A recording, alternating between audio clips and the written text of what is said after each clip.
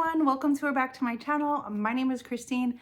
I like to read dark and disturbing things, and today's video is going to be a January 2024 reading wrap-up. Today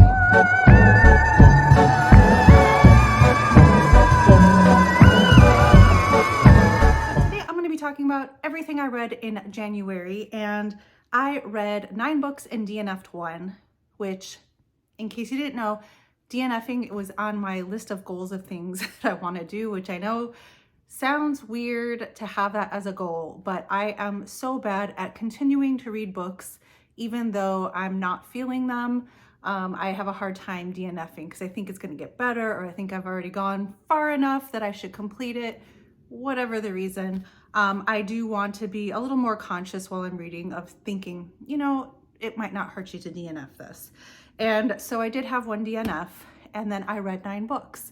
And also, I am doing the Read What You Own challenge that I didn't really start counting books until January 1st. So this is my first month doing it, and I have 9 books. I'm not gonna, I had them all stacked up that you saw my thumbnail, but I had them all stacked up. And when I saw them like that, I was like, wow, that looks like a lot. Like, I feel like I read a lot because quite a few of those were chunky books.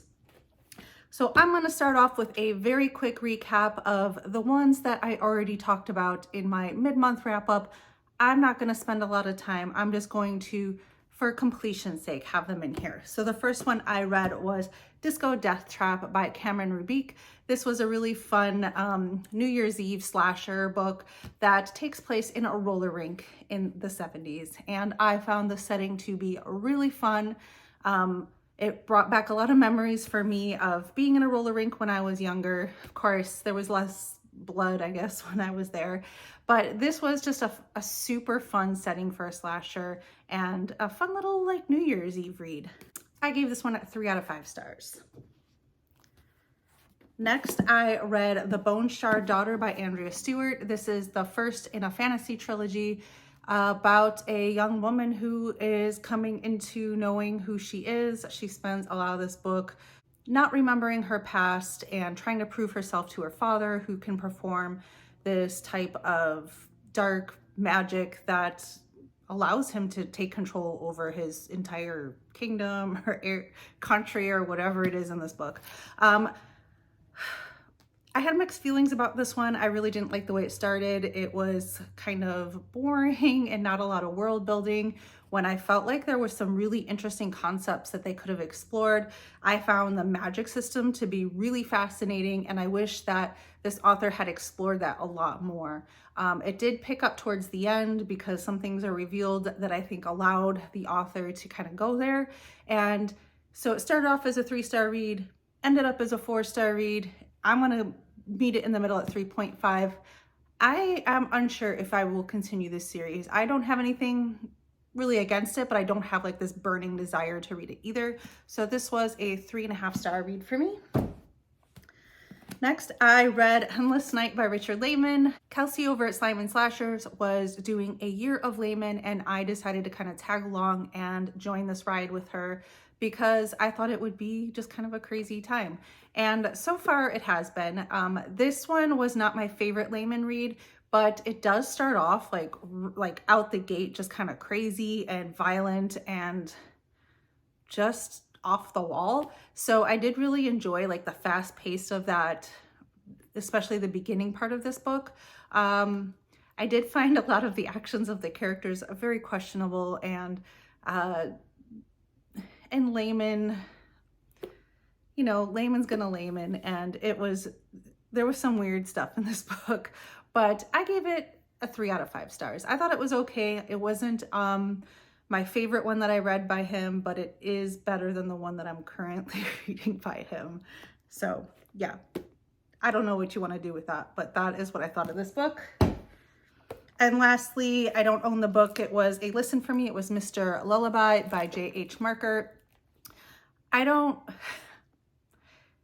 I feel like I had not a lot to say about this book right after I read it, and even now, weeks later, I don't really remember. I ended up giving it, let me look, I don't even remember, probably a 3-star.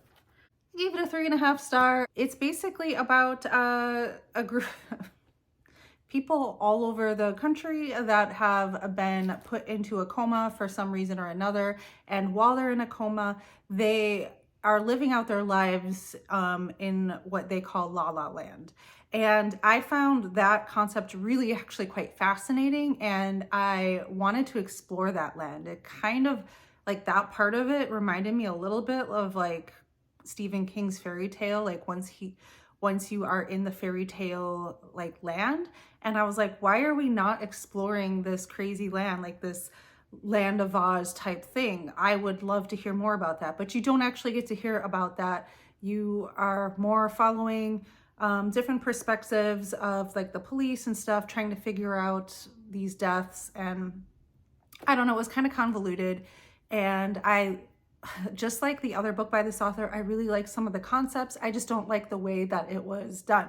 All right, so those are the books that I already talked about in my mid-month wrap-up. So now these are books that I have I talked about them? Yes, sort of, because I've done other videos, and I'm gonna link all that stuff down below. This book though, this book got its own video, and deservedly so, because this was, I'll just say it, my favorite read of the month. 5 stars, hands down. I think everybody should read this book. This is The Reformatory by Tana Nareevdu. I should probably say that. This is probably going to be the book that I compare everything to for the rest of the year. And maybe that's not really fair, because this does touch on some really heavy subject matter, and just is such a relevant book that it's kind of hard to compare things that are not taken quite so seriously to this one. So I will try to keep that in mind as the year goes on, but I absolutely love this book. This is a freaking masterpiece. This is about a couple of siblings. We have Gloria and Robbie, who are living on their own in the Jim Crow South. This takes place, I think, in 1950. Yeah, in 1950 in Florida. And oh, where do I even begin? Because I could talk about this book forever. Robbie ends up getting sentenced to go to this reform school for having an altercation with a white boy, of like a rich white boy. This reform school is known for some very harsh punishments, and a lot of people don't make it out alive. A lot of people are also held there up until they're 21, which is like the age that they could legally keep them, because a lot of the students in this school are being sent out to work kind of basically as slaves in other people's fields, and doing work that should be left for adults, but they are just being used for that. They are kept in line by crazy forms of punishment, and it gets very dark at times.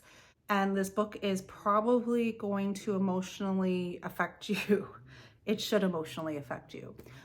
His sister Gloria is doing everything she can to try to get him out of there, because she cannot lose any more people in her life. She's already lost her mother. Her father is basically on the run for standing up for Black rights and trying to unionize people. So she's doing anything she can within her power, which is very little, to make this happen. On top of all that, there is a horror element, which I think this is already horrific enough, quite honestly, what's going on in this book. But there is another horror element, like a paranormal element, where Robbie can actually see the ghosts of past boys that have lived at this reformatory and died at this reformatory. So he can see what's happened to them, and they're hanging around because they have died without peace, and they need to see some repercussions for the actions that were taken against them. So it's a big book. It is almost 600 pages long, but I loved every page of it, and I would read it even if it was twice as long. This was just such...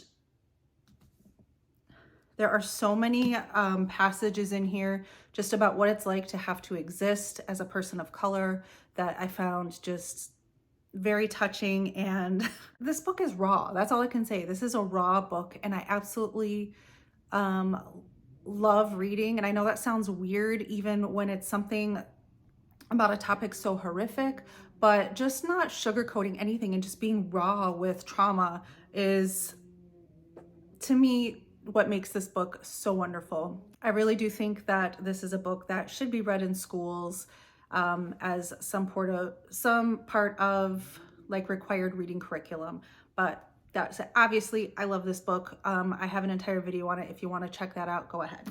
So then I did a vlog with winter horror. And so I did talk about these 3 books in that vlog, which I will also link below. And I won't spend too much time on it, but I read Neverest by T.L. Bodine. This is a pretty short book. It is about a widow who lost her husband when he went to climb Mount Everest. I'm really sorry if you could hear that outside, but someone is chainsawing something. I don't know.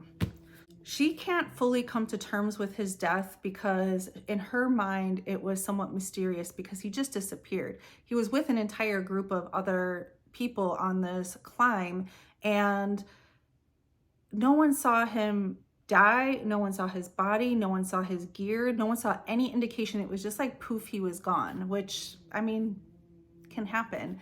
But for her own sake of closure, she had to go and climb this mountain herself and see if she could find anything else that would indicate that she can, I guess, put this to rest in her mind.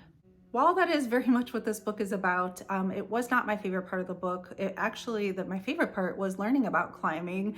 And I found that very interesting because I thought it would be the other way around. I thought I would not care about the climbing, but I think what propelled this author to write this book was their own fascination with climbing, and they kind of went down a rabbit hole of learning about climbing Mount Everest and other mountains, and that really shone through in their writing. There's just a lot of little things that I didn't know, like you have to acclimatize yourself to the altitude for weeks, like going back and forth, up and down, like at the base of the mountain, just to get your body even somewhat prepared to climb. And there was just a lot of little things that went into it. There was a whole aspect of altitude sickness and altitude psychosis, which I found really interesting. So to me, what the heart of this book was about climbing, and there were not really any horror elements in here. Like there are things that are briefly hinted upon, but to sell this as a horror book is just, to me, a little bit crazy.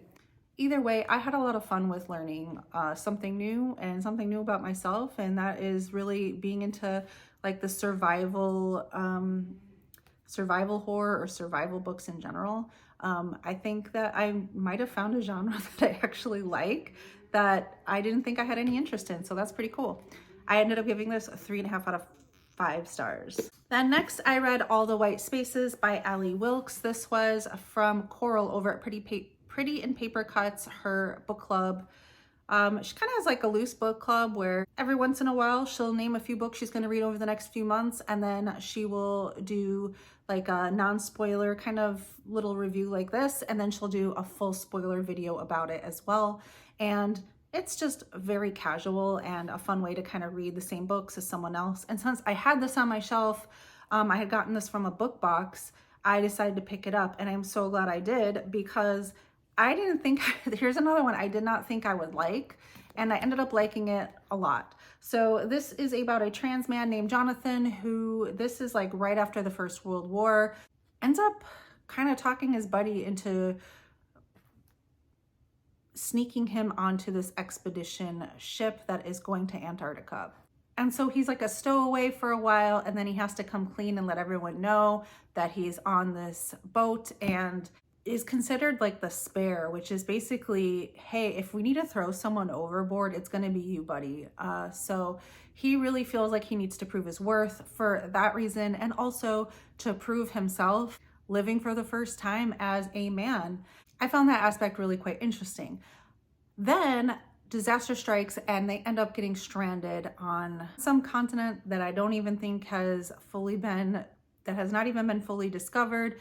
And it's just kind of watching this group of men who would live and die for each other just slowly break down and start to turn on one another. And there are some paranormal elements that is helping push them into the direction of psychosis. And I just thought it was a fun book to read. And I found the real horror of this, the idea of being stranded like this in the middle of freaking nowhere, no communication, no one is coming for you. How are you even going to survive the elements?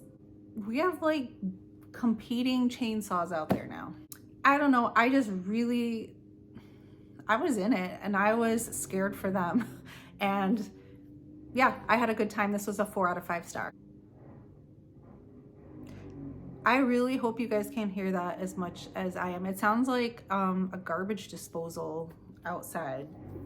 There's like a house getting completely renovated over there. So might be like this for a while.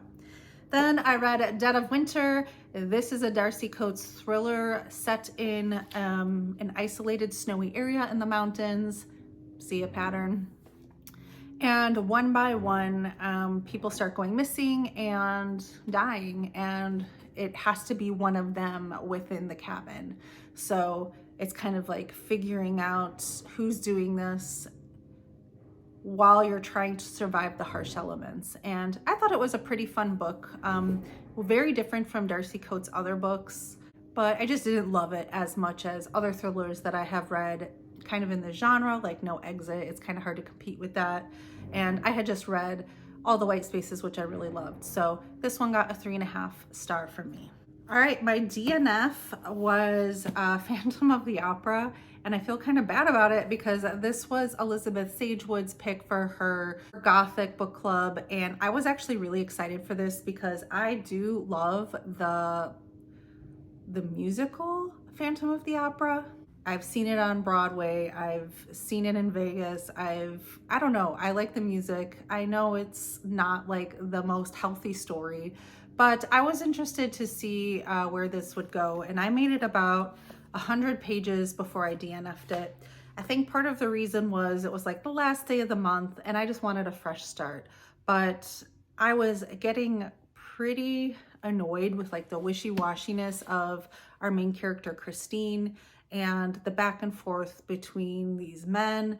I felt like the Phantom was considered more of an actual man than it is in, I mean, I know in the play it is a man. It's not obviously a phantom, but I like picturing him more as a monster, I guess, than just this pathetic guy. And I don't know. I probably could have pushed through it, but I thought I shouldn't have to push through it. I just wasn't having a super fun time, and I just decided to call it quits on this one. And the last book I read this month, I haven't talked about at all. This was actually in my 12 to read in 12. Because I had it on my shelf, I know some other people that really like this book that recommended it to me. And this is Yellowface by R.F. Kuang.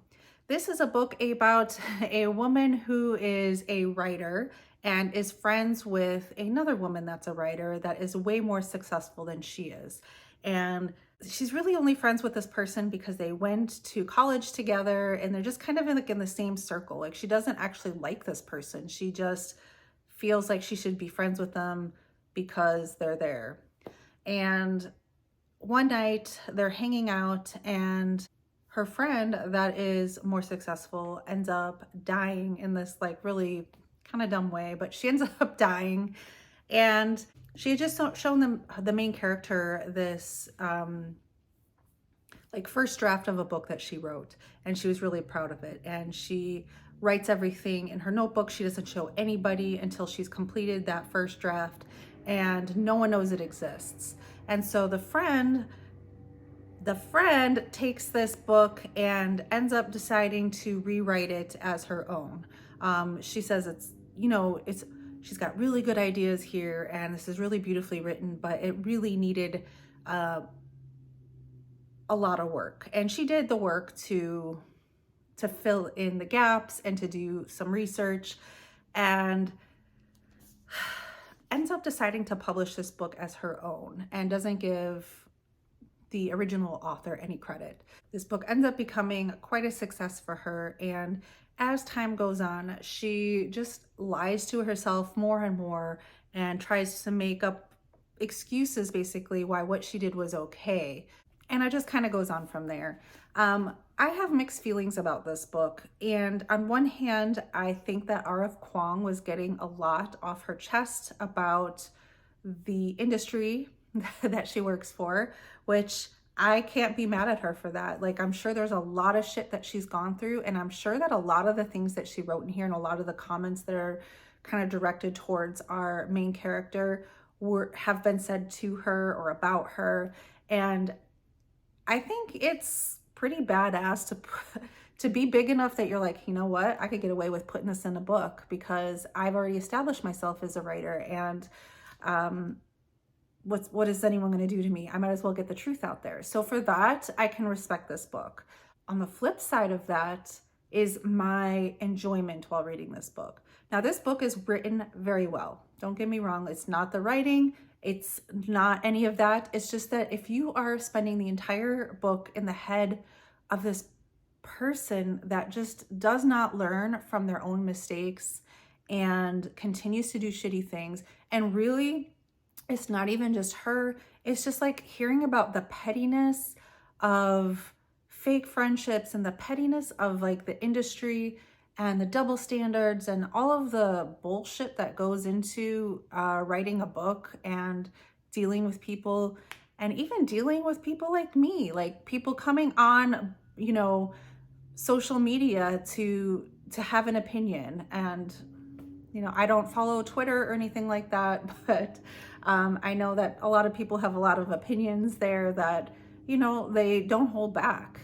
And all of that nasty side of things, I just did not, it just wasn't enjoyable to hear about. It doesn't mean it doesn't need to be said. It doesn't mean that it doesn't exist, but I can see that stuff every day. I don't necessarily want to spend, you know, hours reading about how shitty people are when I already know that. So for that reason, the enjoyment value kind of brought it down for me. And it was just, do you want to be in the head of someone that's being negative and just a piece of crap the entire time and watching people be awful to each other? If you do, then you might enjoy this. If you enjoy like petty fights and stuff, and nothing against anyone that does, like sometimes like that trashy kind of entertainment can be fun, but I think I'm just past that point in my life, and I don't care. I'm too old for that shit. I feel like there's not enough time to be putting all of your energy into that kind of thing. So for that reason, I just didn't have a great time reading it. Although I do think a lot of important things are said in this book, and there's nothing against this author's writing at all. But for enjoyment solely, I had to bring it down to a 3 out of 5 star. Oh, now that I'm almost done, they have stopped chainsawing, jackhammering, whatever it is they're doing over there. All right, so that was everything I read in January. Obviously, my favorite book was The Reformatory by Tana Narif-Due, and I think everyone should read it. I will link all those other videos down below in case you wanted to check them out, where I go a little bit more in depth into things. I would love to hear your opinion if you have read any of these books, what you thought of them, even if you disagree. It's okay to have healthy discussions and disagree on things. We don't all have to love the same books, and I like to hear other opinions. So let me know down below if you have read any of those or if you want to read any of those. If you've made it this far and you don't really have anything to say, I'd like to just see who's here. Leave me a snowflake emoji down below just so I could say hi, know who's watching, and feel like I'm not just talking to myself. So thank you guys so much for watching, and I will be back soon with another spooky video. Stay spooky.